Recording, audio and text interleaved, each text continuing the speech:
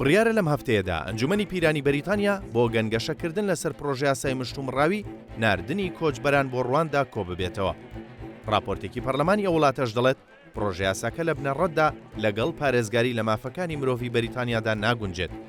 مانگی ڕابردوو پەرلەمانی بەریتانیا دوای گفتوگۆیەکی درێژ پرۆژە یاساکەی پەسەند کرد و ناردی بۆ ئەنجومەنی پیران بۆ ئەوەی بەوردی گفتوگۆی لەسەر بکرێت پێش ئەوەی تێپەڕێنرێت یاخود ڕەت بکرێتەوە. پێشبینیش دەکرێت ناڕەزایەتێکی بەرفراوان لە ئەنجومەنەکەدا بە دوای خۆیدا بێنێت. لە تازەترین پێشاتدا لیژنەی هاوبەشی مافەکانی مرۆڤی پەرلەمانی بەریتانیا لە راپۆرتێکدا دەڵێت ئەو پرۆژە یاسایە مەترسی خستۆتە سەر نێوبانگی ئەو وڵاتە لەسەر ئاستی کۆمەڵگەی نێودەوڵەتیدا.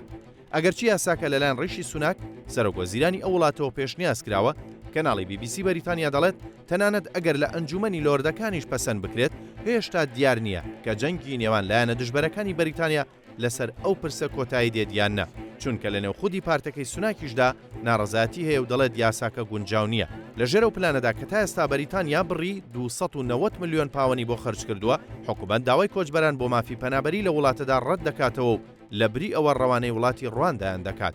دادگای باڵای بەریتانیا پێشتر بڕیارەکەی ڕەت کردوێتەوە بە هۆکاری ئەوەی ئەو کۆچبەرانە دەبن بە قوربانی و لە وڵاتەدا بەخراپ بەکاردێنرێن، ئەشکەنجە دەدرێن و ڕەوانەی ئەو وڵاتانە دەکرێن کە لێوەی ڕیان کردووە.